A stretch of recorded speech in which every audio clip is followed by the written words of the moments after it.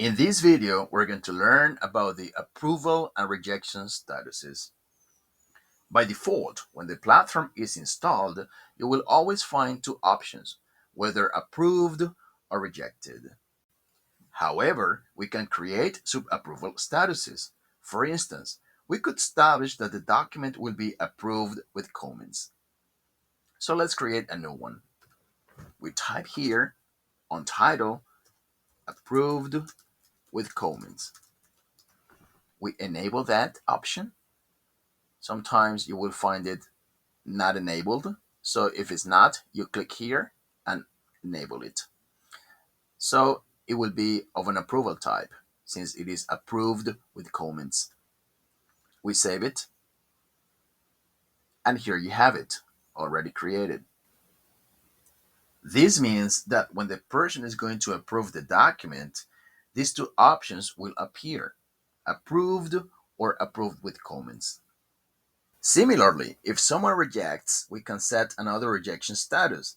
That could be document does not meet the specifications. So we click here and type our new requirement for rejection. Does not meet the specifications.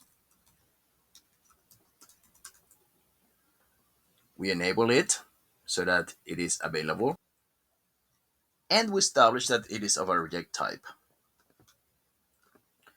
So we have already two indicators of approved documents, approved and approved with comments.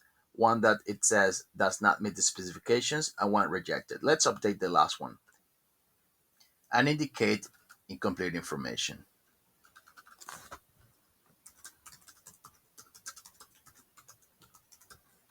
We make sure that it is of a reject type. We enable it, save it. So roughly speaking, we have two approval statuses and two rejection statuses. Approved, approved with comments, one that says does not meet the specifications, incomplete information. So in this way, we have finished the configuration about approval and rejection statuses.